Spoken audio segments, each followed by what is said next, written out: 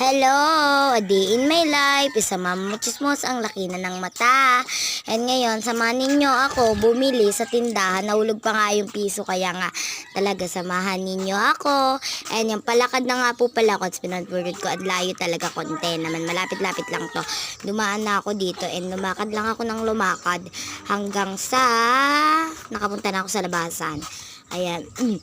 Ayan, ayun pala yung tindahan na bibilang ko. Ituturo ko, ayun, mga street food yung kakainin natin ngayon kasi nga wala akong maisip na kainin kasi gutom na talaga ako. Ayan yung tindahan nila, may fries, may fishball at kung ano-ano pa, may palabunutan.